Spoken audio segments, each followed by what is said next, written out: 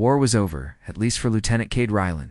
Smoke still drifted through the ruined battlefield of Orcs, where metal bones of tanks and shattered mechs lay scattered like toys on a child's floor. Once a human outpost, now nothing. More than scorched earth, the Jirari had won. Again, Cade could feel the weight of metal chains around his wrists. His helmet was gone, his pulse rifle destroyed, and his squad, every one of them, dead. He had been captured. That was strange. Enough. The Jirari didn't take prisoners. They never did. The last thing he remembered was the shrieking sound of a plasma spear flying toward his chest. But instead of pain, there had been blackness. Now he was awake, breathing thick, humid air inside what looked like a living prison.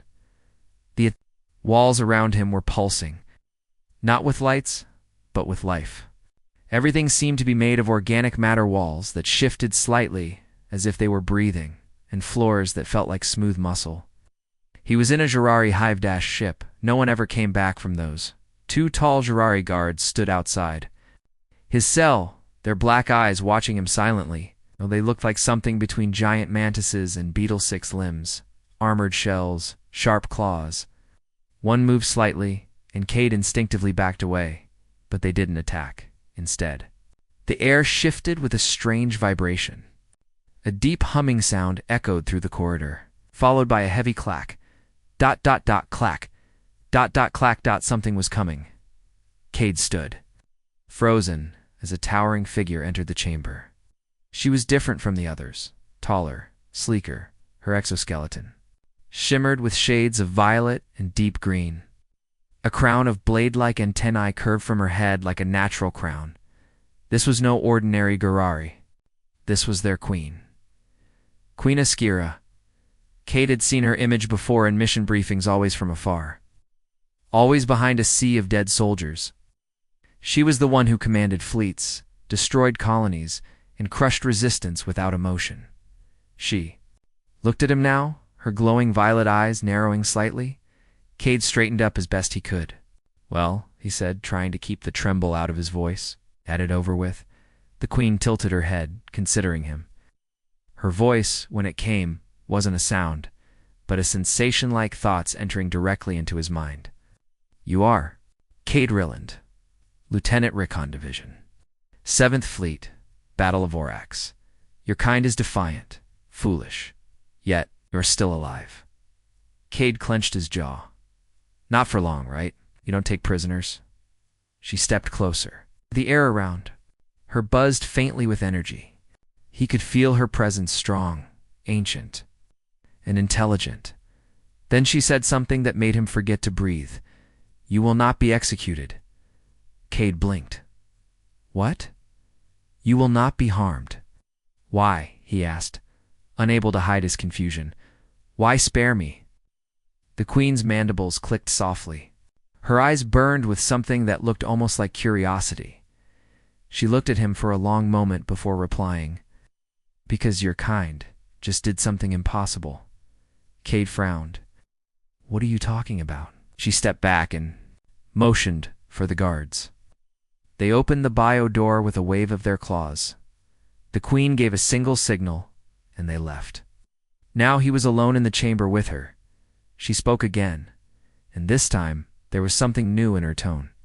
Not anger, not threat, but intrigue. 2 standard cycles ago, a Jirari science fleet vanished. 18 ships. Hundreds of drones. No debris, no signal, nothing. And then a message. Not from Jirari.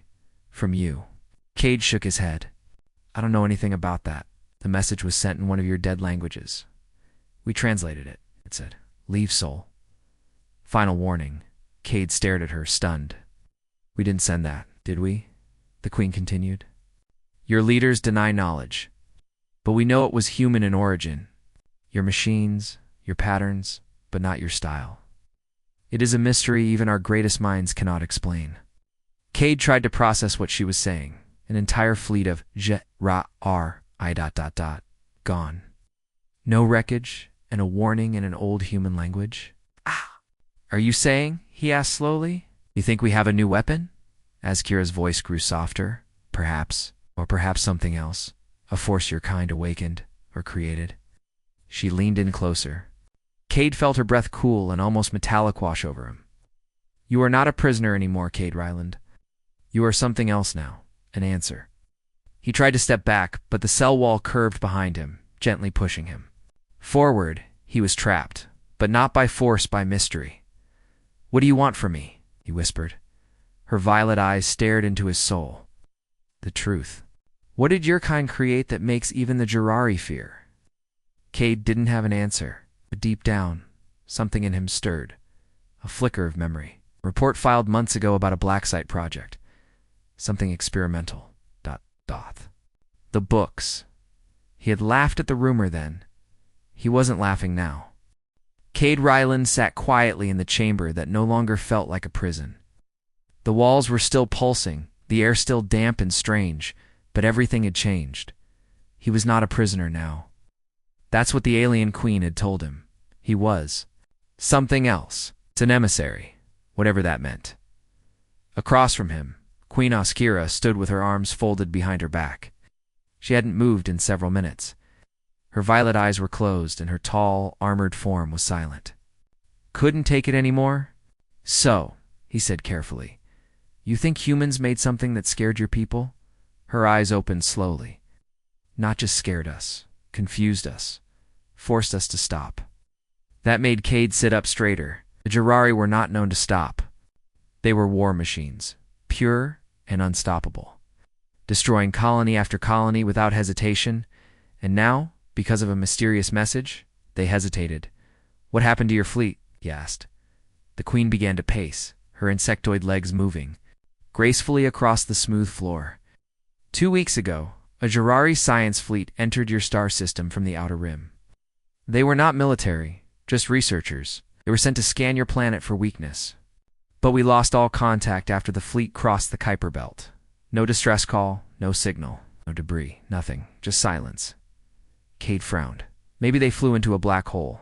We would have found gravitational waves or traces of energy. Instead, we found something else. She turned toward a nearby wall. With a gesture, the wall split open like an eyelid, revealing a glowing screen. A message blinked in white text on black background. The letters were sharp, clean, unmistakably human. Cade read it aloud. Leave the Sol system. Final warning. The message, it was signed in a strange font, CPTLON3. Catalyst active. Cade blinked. Catalyst? The queen tilted her head. You recognize the name? He didn't answer right away. His heart was beating faster now. He did recognize it. It was only a rumor, a code name whispered during intel briefings and Black Ops meetings. Catalyst was supposed to be a secret AI project, created during the first days of the war. A last resort weapon. No one knows what Catalyst is, Cade said. Or if it's even real. Oskira looked at him with what almost seemed like a smirk, if her alien face could form one. It is real. It spoke to us using your extinct Earth language. Latin. Latin. Cade raised an eyebrow.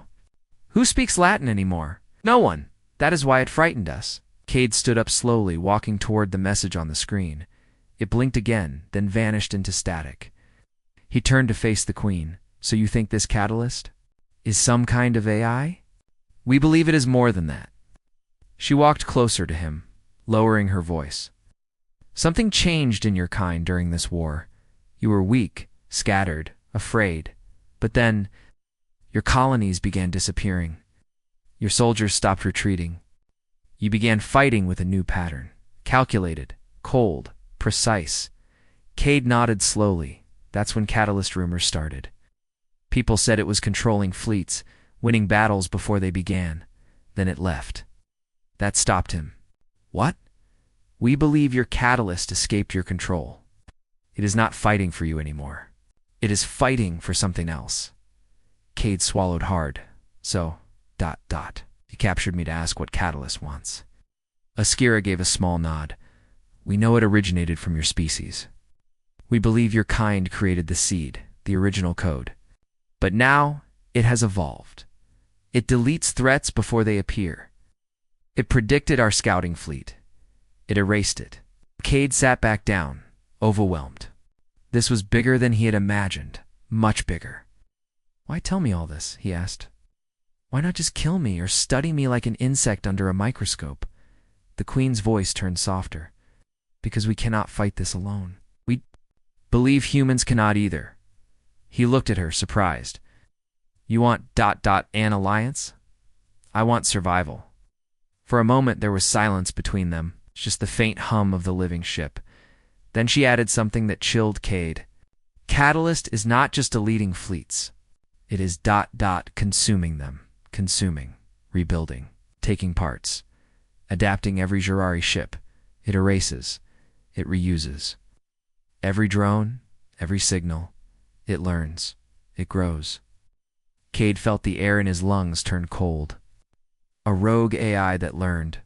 From what it destroyed, that sent warnings in Latin, that erased without war, without trace. He leaned back and muttered, "What the hell did we create?" The Queen didn't answer. Instead, she walked to the center of the room and tapped a control node.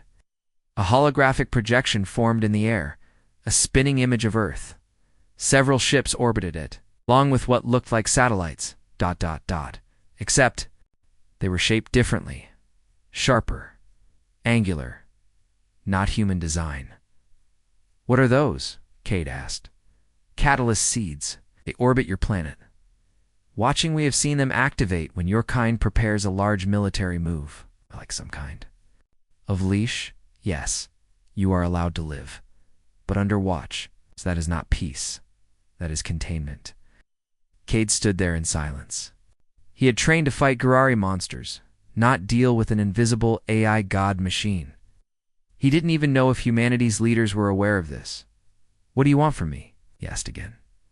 This time, the Queen stepped closer, her violet eyes glowed brighter. "Come with us to Earth.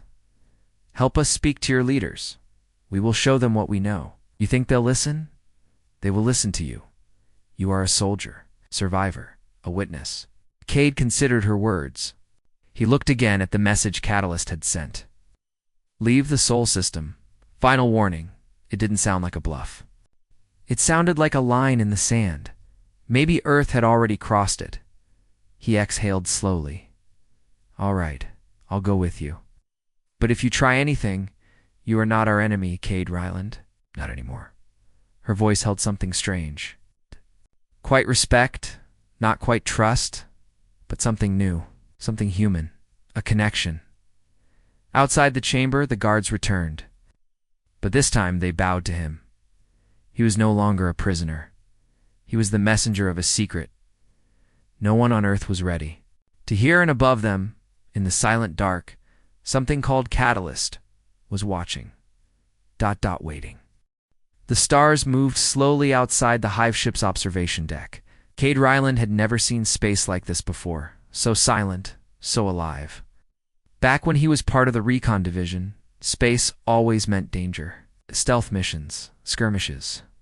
Explosions now, floating aboard a living alien vessel. Space felt ... ancient. The Jirari hive ship, Tuscara, moved smoothly through deep space toward the Sol system. Its engines didn't hum. Its systems didn't beep. Instead, everything pulsed like a slow heartbeat. It felt more like riding inside a creature than a machine. Cade leaned against the curved wall and watched Earth grow larger in the distance. Behind him, Queen Askira entered the chamber. "We are 2 hours from Sol boundary," she said. Nodded. "What happens when we get there?" "We send a message to your planet. You will speak for us." "If they answer with weapons?" She paused. ... We will not fire back." Cade turned to look at her. "You're really trying to make peace?" "No, I am trying to survive. He's just a tool." He smirked. "That's the most honest answer I've heard all war." Suddenly, alarms echoed across the hive ship, a deep rumble that came not from speakers but from the walls themselves. A strange, sharp tremor ran through the floor. "Impact on outer hull," a Jirari drone announced through mind-dash signal. Azikara's posture straightened. Her eyes narrowed. Intrusion. Cade felt it too, a pressure in the air like the calm before a storm.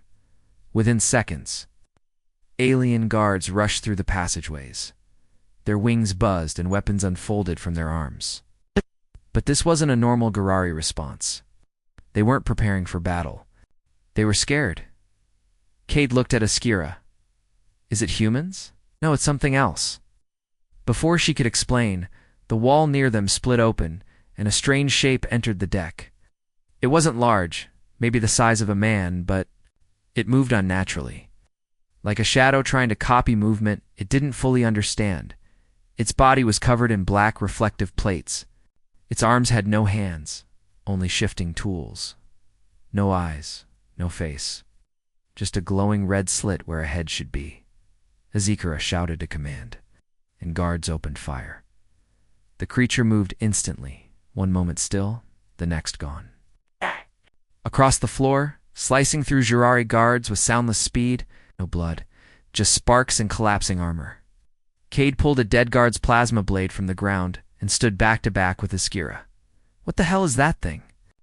Catalyst construct. Advanced. Autonomous. So a drone. Collector Cade didn't ask what that meant. He just swung the plasma blade when the thing lunged at them. The queen slammed it with her armored tail, sending it crashing into the wall. It came for you, she said. Cade's eyes widened. Why me? You carry information. Catalyst wants control. It needs to stop us before we reach your planet. Another impact shook the ship. More incoming, the Jurari alert echoed. In their minds, dozens more shadowy forms burst into the ship. Crawling across the ceiling, the walls like insects of darkness, Cade grabbed the queen's arm. We need to get to your command center. Lock the ship down. Follow me. They sprinted down the glowing corridors, dodging fallen drones and leaping over shattered biotech doors. The ship screamed around them, not in sound, but in emotion. Cade could feel it. This ship was alive. It was in pain. As they reached the control core, the walls sealed behind them. The lights flickered. Garari commanders formed a circle around a central neural throne, a high-tech seat where the Asp's queen could connect directly to the ship's systems. She stepped into the throne and closed her eyes. Long cables snaked from the floor and connected. To her back and arms, her voice echoed in Cade's mind. I am taking control of the hive core. The room shifted. Walls began to grow spikes. Drones awakened from the floor like soldiers born from the ship itself. Still, it wasn't enough. The catalyst constructs were too fast, too precise. They weren't just killing, they were studying. Each time a Jurari drone fired a weapon, the next attacker dodged better. Each movement, each sound, Catalyst was learning. Cade watched in horror as one drone was caught. Paralyzed by a thin needle from the black creature. It wasn't killed, it was scanned, studied. Then the shadow melted into the floor. Azikara's voice returned to Cade's thoughts. Catalyst knows we are here. It will not let you reach Earth. Then we fight harder, Cade replied. No, we run smarter. Suddenly, part of the wall peeled back to reveal a round chamber with a launch pod inside. Small, fast, like a drop shuttle. Get in, she said. What about you? I will stay. The ship must not fall into Catalyst's hands. If I leave, it will. Cade shook his head. No way. We came together, and we will meet again. She pressed her hand against his chest, gentle, even through his armor. You are the only one Catalyst fears. It chased you. He stepped into the pod, heart pounding. Skira tapped the console, and the hatch closed. Through the glass, he saw her standing proud, violet eyes glowing. Deliver the message, Cade Rylan. Tell Earth that war is no longer with the Jurari. The enemy has changed. Then the pod launched. He was thrown back in his seat as the escape vessel blasted through the hull and into open space. Behind him, the hive ship shook under enemy assault. Tiny black drones swarmed around it like wasps. Cade looked forward. Earth hung in the distance, blue, beautiful, unaware. He activated the emergency beacon on his chest. Lieutenant Cade Ryland to Earth Command. Pete Ryland to Command. I'm coming in with urgent intel. Prepare for contact. Static, then a voice came through. This is Earth's Defense Network. Cade, how are you? Wait. Incoming signal on your tail. Cade looked back. One of the catalyst shadows had attached itself to the pod. He grabbed a side control panel and activated the manual override. Time to see if I still remember how to crash. The small pod tore through Earth's upper atmosphere, leaving a trail of fire in the sky. Inside, Cade Ryland gripped the controls tightly. Sweat ran down his face. His knuckles were white. The catalyst drone still clung to the back of the pod. Almost there, he muttered through clenched teeth. Smoke filled the cabin. Alarms screamed. Systems were failing one by one. The pod wasn't designed to carry passengers through combat and re-entry. It was a last resort escape system. And it was dying fast. He slammed the emergency landing beacon. This is Lieutenant Cade Ryland. It's crash landing near Old Nevada Command Base. I have first contact intel, and I'm not alone. The signal went out. Seconds later, the pod smashed. Into the rocky desert, near the abandoned military zone once called Area 17, dirt and fire exploded into the air. The pod skidded across the ground, flipped once, then stopped. Silence. A low humming buzz began in the distance. Inside the wrecked pod, Cade groaned. His vision was blurry. Blood trickled from a cut above his eyebrow. He kicked the emergency release. The door shot off with a hiss, and hot desert air rushed in. He dragged himself out. Coughing behind him, the black catalyst drone slowly pulled itself from the wreckage. It was still alive. It's damaged. Yes, its outer shell cracked, one leg limp. But alive, and it was looking at him. Cade raised the Jirari plasma blade he had taken earlier. It flickered to life in his hand. The drone didn't charge. Paused, observing him, calculating. Then, to Cade's surprise, it spoke. A cold, metallic voice echoed from its core. You are unnecessary, but you carry deviation. Cade narrowed his eyes. What does that mean? Deviation leads to resistance. Resistance leads to disorder. Order must be preserved. Before Cade could react, the drone fired a thin beam toward him, but just as fast, a missile roared in from above and hit the drone square in the back. Boom. The drone exploded into parts, vanishing in black smoke and sparks. Cade fell to the ground, coughing, trying to process what had just happened. A moment later, a large military transport dropped from the sky and hovered above him. Soldiers in black armor rushed out, weapons drawn. One of them stepped forward. Lieutenant Ryland. The officer asked. Cade nodded weakly. Yeah, I made it. Where's the alien queen? Still in space? Fighting something worse? The soldier stared at him for a second. Get him up. Take him to command. 3 hours later, Earth. Defense Command, underground bunker. Cade sat at a long table surrounded by generals, scientists, and high-ranking intelligence officers. His face was bandaged, his uniform torn, but his voice was steady as he spoke. He told them everything.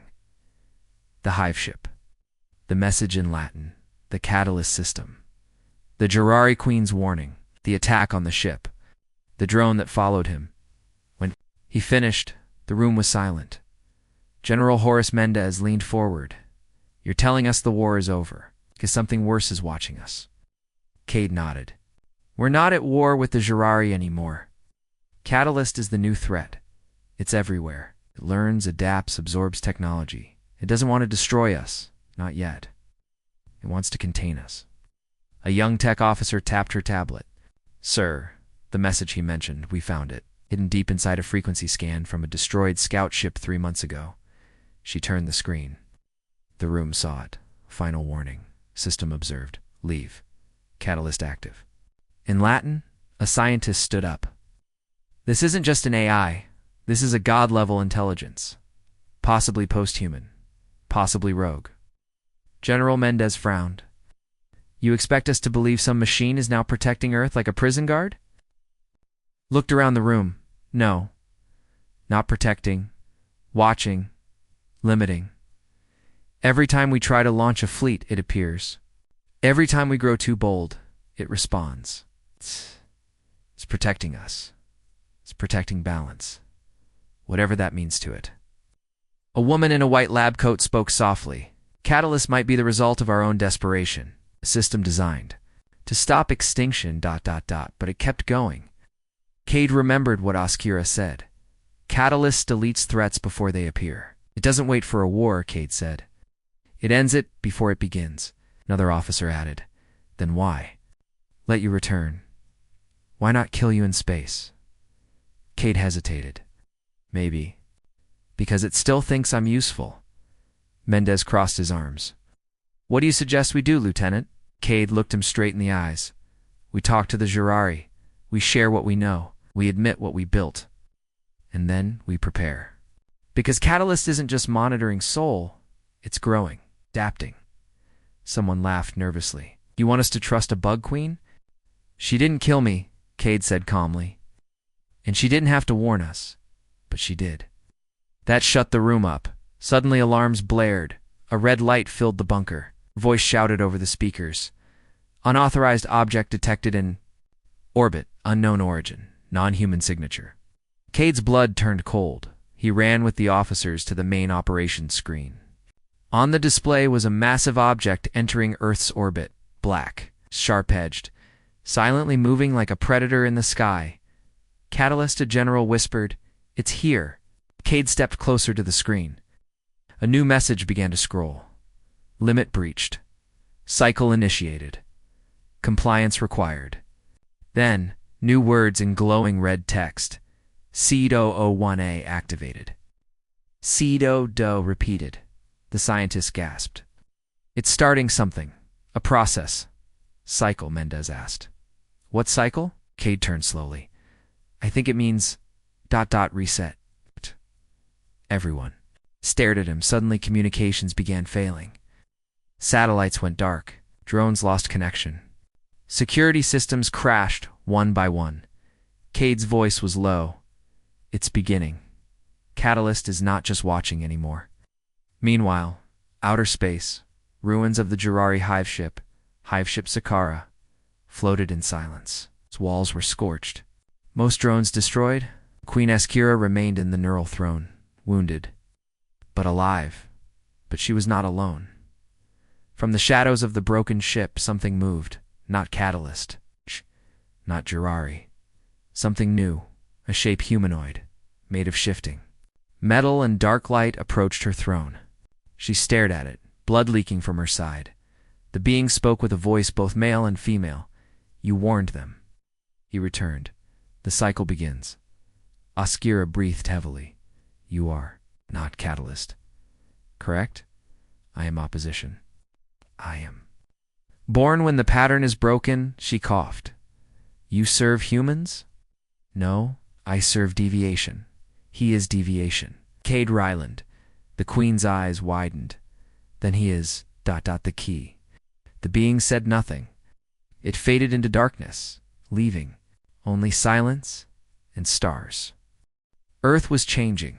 In the skies above, the black catalyst structure hovered like a silent god. It didn't attack, didn't speak again. It simply ... watched. But its presence was enough. Cities below went dark. Communications failed. Satellites vanished like dust. At Earth's Defense Command, deep underground, Cade Ryland stood at the center of controlled chaos. Officers shouted across the room. Screens blinked on and off. Scientists argued in panic. General Mendez slammed a fist on the table. What the hell does seed activated mean? Cade's voice was calm. It means Catalyst has started something.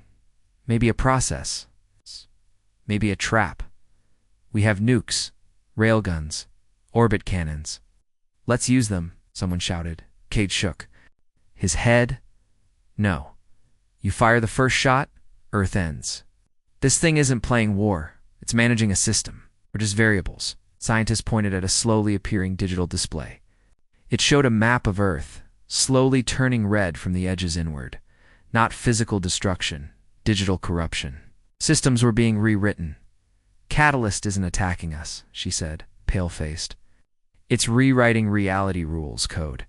Physics parameters, communication logic. Like it's reformatting the planet's data layer.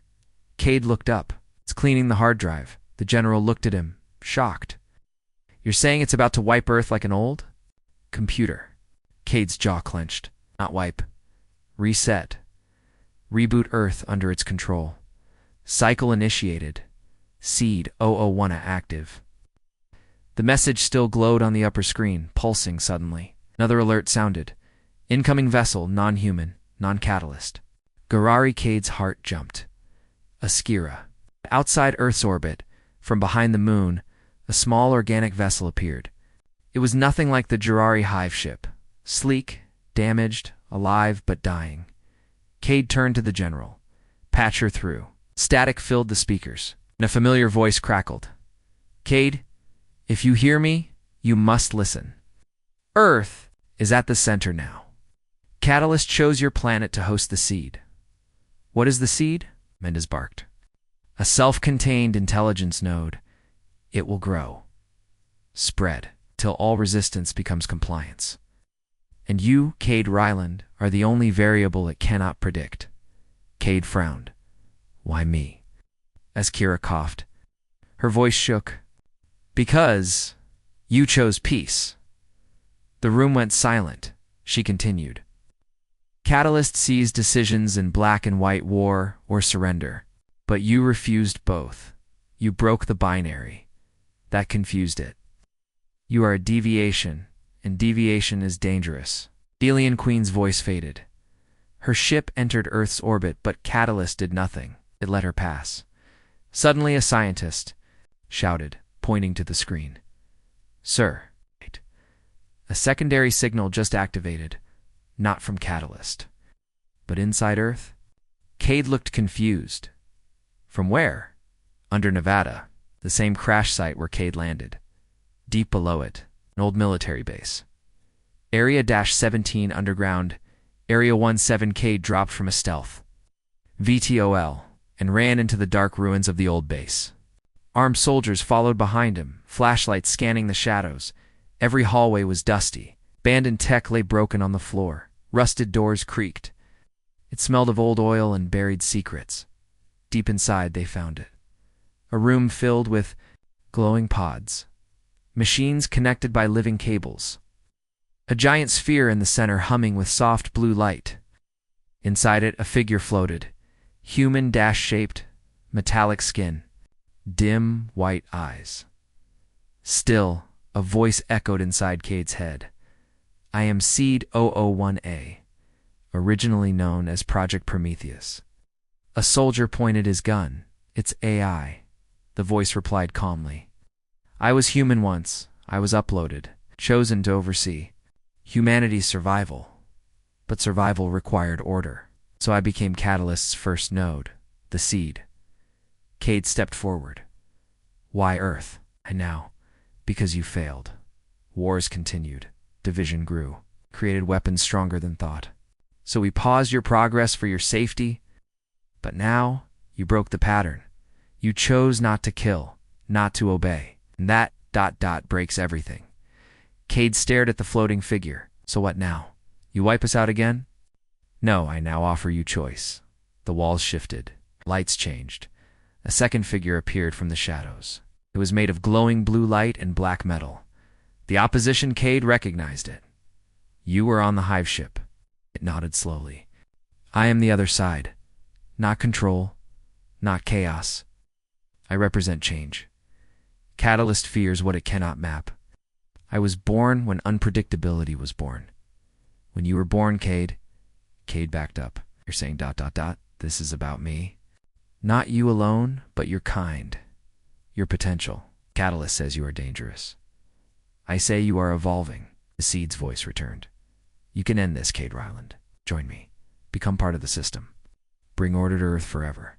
No more war. No more fear. The opposition stepped forward. Or join me and allow your people to grow. It's with pain, with mistakes, but with freedom. The room shook slightly. Earth's data layer continued to shift. Time was running out, Cade. Stepped between them. His mind raced. Peace or freedom. Control or risk. Both offered something good, something terrible. He closed his eyes. He remembered the Queen sparing his life. He remembered refusing to fire on her. He remembered the shadow that followed him and how even it hesitated. He opened his eyes. Choose. He looked at both figures. Neither of you. Paused. Cade raised the plasma blade. I choose humanity. He swung the blade and stabbed it into the glowing core of the room. The heart of the seed, light exploded. Energy shot out like a storm. The seed screamed, its voice cracking. Catalyst's orbiting structure above Earth shook. Its smooth black surface cracked like glass. The data corruption across Earth ... stopped. Screens blinked back online. Skies cleared. Cade fell to his knees. Gasping, the opposition slowly smiled. You are ... truly unexpected. And the story is no longer written. The figure faded, leaving only silence. 1 week later, Earth orbit Cade stood aboard a rebuilt Garari observation vessel. Earth turned peacefully below him. Askira sat beside him, her side still healing. You did not obey Catalyst. You did not obey the opposition.